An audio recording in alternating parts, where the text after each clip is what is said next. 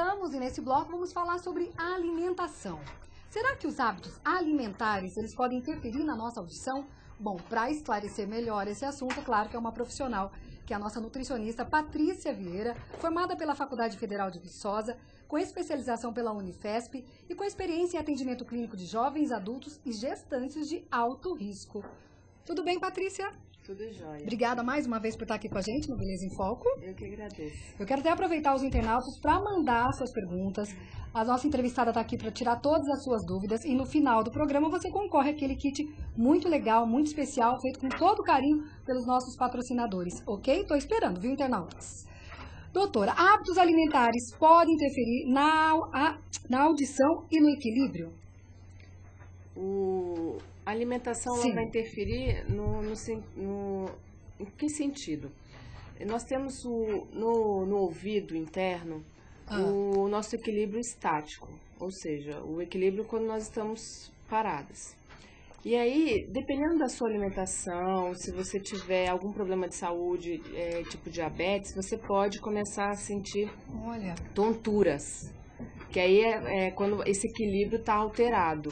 E aí sim isso pode interferir. Então a sua alimentação ela vai interferir nesse sentido em você ter essas tonturas, muitas vezes algum zumbido, náuseas por conta dessa alimentação inadequada que vai fazer com que você fique um pouco tonta. E quais são os hábitos alimentares que você considera que são mais ideais? Os hábitos alimentares ideais são aqueles que a gente sempre conversa todas as vezes, né? Você ter horário para se alimentar, não ficar mais do que 3, 4 horas sem se alimentar. Incluir frutas, verduras, legumes, que vão ter uma série de vitaminas e minerais e vai ter uma quantidade boa de fibras, que vai ajudar com que a liberação do açúcar no sangue seja gradual. Você incluir carnes magras, evitar frituras, coisas adocicadas com muito açúcar, alimentos muito industrializados. Em geral, é isso que é o que ajuda mais na sua alimentação. E também beber água, que é uma outra coisa super importante aí para ter essa alimentação mais adequada. Mas o que pode ajudar na audição? Não, aí não é, a questão não é... ajuda na audição pelo seguinte, a água é o meio com que todas as reações do seu corpo acontecem. Se você não bebe água, você começa a ficar desidratada e isso vai prejudicar reações que acontecem no seu corpo e, por consequência, também as que acontecem dentro do seu ouvido. Porque para nós escutarmos, para termos esse equilíbrio, tem uma série de enzimas, tem uma alta... essas células ali estão trabalhando constantemente, numa velocidade muito alta. Entendi. Então você necessita dessa água e dos outros nutrientes para isso acontecer. Ok. Agora voltando de saúde, falando do ouvido, existem vitaminas preventivas e doenças que atacam a nossa audição? As vitaminas que vão ajudar são principalmente as vitaminas do complexo B. Vitamina B6, B12, B3, B2, elas vão de alguma maneira ali também fazer parte dessas reações todas que vão acontecer dentro do nosso ouvido interno, que vai fazer com que ele funcione melhor, tá? E a outra... Preventivas e doenças que atacam a nossa audição. Bom, com relação a doenças que atacam a nossa audição, seria essa questão alguma alimentação que poderia ajudar nisso? A questão do zumbido, a questão de ter uma surdez momentânea. Não que a surdez vá ser provocada pela alimentação, não. Mas essa momentânea, esse zumbido pode ser pelo excesso de alimentos muito industrializados, muitas frituras, muito açúcar. Pode ter essa são coisas que oxidam as células, então vão atrapalhar o funcionamento, sim. Podem contribuir. Essas vitaminas são encontradas em quais alimentos que você estava falando? As vitaminas do complexo B, elas são encontradas em maior quantidade nos grãos, feijão, carnes magras. Em geral, são esses alimentos que têm essas vitaminas. E as vitaminas, vitamina C, nós temos na laranja, na mexerica, no morango, na goiaba, que são as vitaminas também que vão contribuir para essa saúde da audição. Tá, agora se adotarmos aqui algumas vitaminas em refeições, quais são as combinações perfeitas, por exemplo? Arroz com feijão, tomate com brócolis, tem alguma combinação que poderia melhorar a vitamina do nosso corpo? Existem alguns minerais, principalmente Sim. o ferro, que ele precisa para ele ter uma melhor absorção, ele necessita de algumas vitaminas. Então, por exemplo, necessita da vitamina C. Então, você tem uma refeição, um arroz, um feijão, uma carne, uma verdura, um legume, e logo após você ou consumir uma laranja, ou meio copinho de algum suco de limão, de goiaba, você vai ter essa vitamina C que vai aumentar a absorção desse ferro. Tá. As outras vitaminas, o seu próprio organismo sabe o que ele vai precisar absorver, então aí não tem muito problema não. Não? Tá. Uma pergunta aqui. A beterraba é rica em qual ingrediente? É rica em qual ingrediente? É importante para as grávidas? Pode ser substituída por algum outro tipo de alimento? A beterraba é um vegetal, um legume, que tem uma série de vitaminas, tem um pouco de ferro, tem vitaminas do complexo B, Sim. que é muito importante para gestantes e para qualquer outra pessoa. Ela também tem uma quantidade alta de açúcar. Então, para quem é diabético, tem que tomar um pouco de cuidado. De açúcar, tá. Isso. E aí você pode utilizar outros legumes no lugar. Vagem, cenoura, chuchu, brócolis, todas essas outras verduras você pode estar utilizando, se você quiser, no lugar da beterraba, não tem problema. Ok.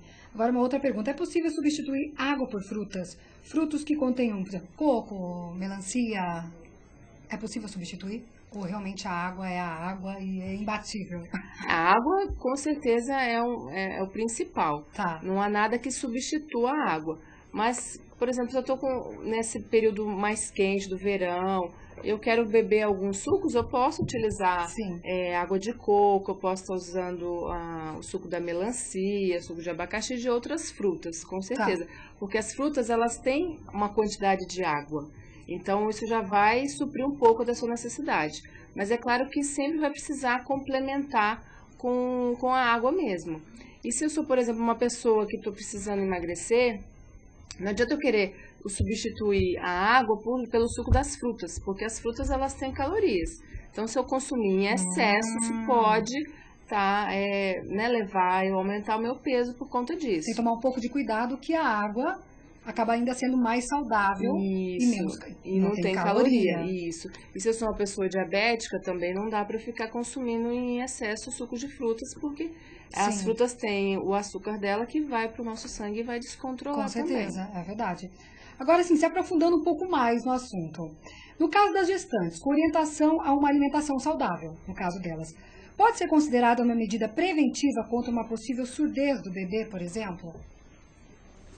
No caso das gestantes, não é a alimentação diretamente que vai influenciar se a criança vai nascer surda ou não, se ela vai ter uma surdez posterior.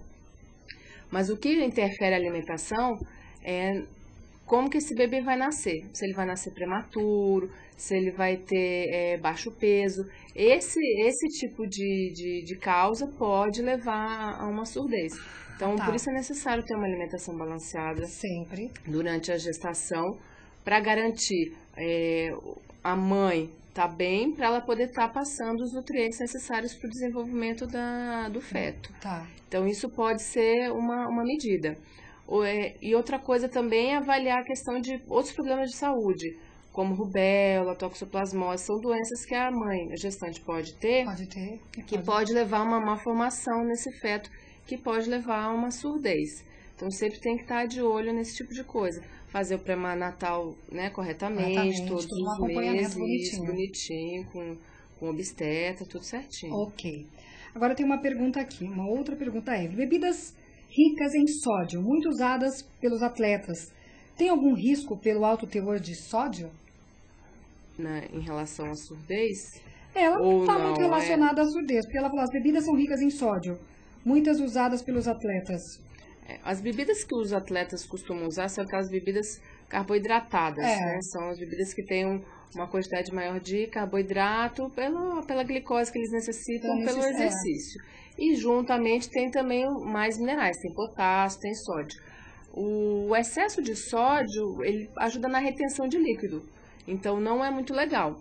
Um atleta, ele tem uma necessidade muito maior, porque ele vai transpirar muito mais, então ele vai perder muito sódio e vai precisar repor mesmo. Sim. Nós, que não somos atletas, né? Já tem vamos uma academia, fazer uma caminhada, alguma coisa, já não tem essa necessidade tão aumentada.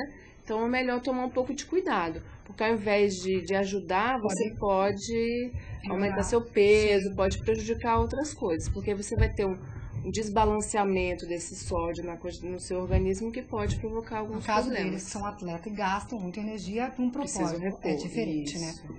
Agora aqui, podemos identificar as vitaminas e minerais de acordo com as cores do alimento? Tipo, por exemplo, amarelo, vitamina C, vermelho, vitamina A. Sim, em geral isso que nós fazemos, funciona.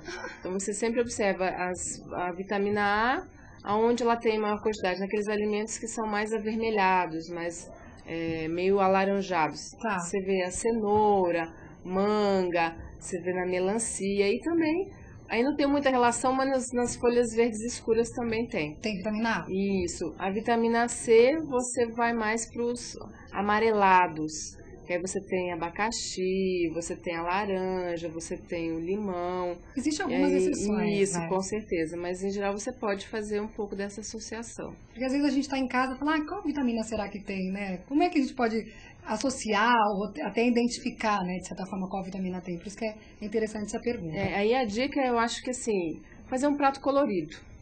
Aí não tem Quanto erro. mais colorido você fizer o seu prato, mais vitaminas e minerais você vai pegar dos alimentos. Porque cada um vai ter um pouquinho de cada. A mais de alguma vitamina, de algum mineral. Então a dica é sempre essa. Ah, entendi. Agora, quais os cuidados que a doutora recomenda na nossa dieta alimentar, no dia a dia? Fugindo um pouco do nosso assunto, do nosso tema. No dia a dia, então, procurar não ficar muito tempo sem se alimentar. Esse intervalo aí que eu falei das 3, 4 horas. Isso realmente, falar comer de 3 em 3 horas. É importante. É importante. O café da manhã, o almoço, o jantar, ter algum lanchinho nos intervalos, é super importante. Procurar consumir pelo menos umas 3 frutas durante o dia, tá? Isso também. Seja fruta fresca ou então um suco da fruta. Acrescentar sempre no almoço e jantar um cereal, arroz, o feijão, um grão, ou lentilha, o grão de bico, acrescentar verduras, legumes, aí vocês podem pôr folhosos, pode pôr os legumes, variar o quanto quiser. E procurar beber bastante água também, principalmente nessa época do ano que está mais seco, então a gente precisa estar repondo essa água para o nosso organismo. E acrescentar alimentos integrais, às vezes usar um arroz integral, pão integral, aveia, linhaça, são esses grãos, eles nos ajudam muito, tanto no intestino, quanto com o ômega 3, com outras vitaminas que são os antioxidantes aí que vão nos ajudar. Usar o azeite extra virgem também é super importante pelo ômega 3, é uma gordura muito boa. Você falou de comer de 3 em 3 horas. O líquido, almoçar bebendo alguma coisa, não é legal mesmo? Não, o líquido nunca procure evitar o máximo possível. Eu não consigo de jeito nenhum. Então procura ser assim, um meio copinho logo depois que você já se alimentou. Porque você precisa mastigar, comer devagar. Quanto mais você mastiga, mais rápido você manda a mensagem lá para o cérebro falando, já estou satisfeito, não preciso comer mais. Então você já vai fazendo a digestão, vai dando menos trabalho para o seu estômago. Se eu tomo o líquido junto, eu não mastigo direito, eu acabo usando o líquido para engolir, para levar o alimento. Olha só, que interessante. E aí o alimento vai maior para o meu estômago. E também o líquido, uma grande quantidade de líquido durante a refeição, vai atrapalhar a digestão também.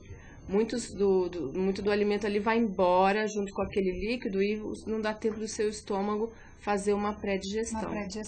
Eu já ouvi dizer muito, toma bastante líquido antes de comer, porque você vai ficar se sentindo satisfeito e vai comer pouco. Nada a ver, né? Então, aí o que que acontece? Muitas vezes você toma muito líquido, aí come muito pouco, aí meia hora depois tá com fome novamente, aí vai comendo outras coisinhas, aí é pior. Você pode até tomar, mas procura ser uma meia hora antes. Meia hora antes. Não logo em seguida de você se alimentar.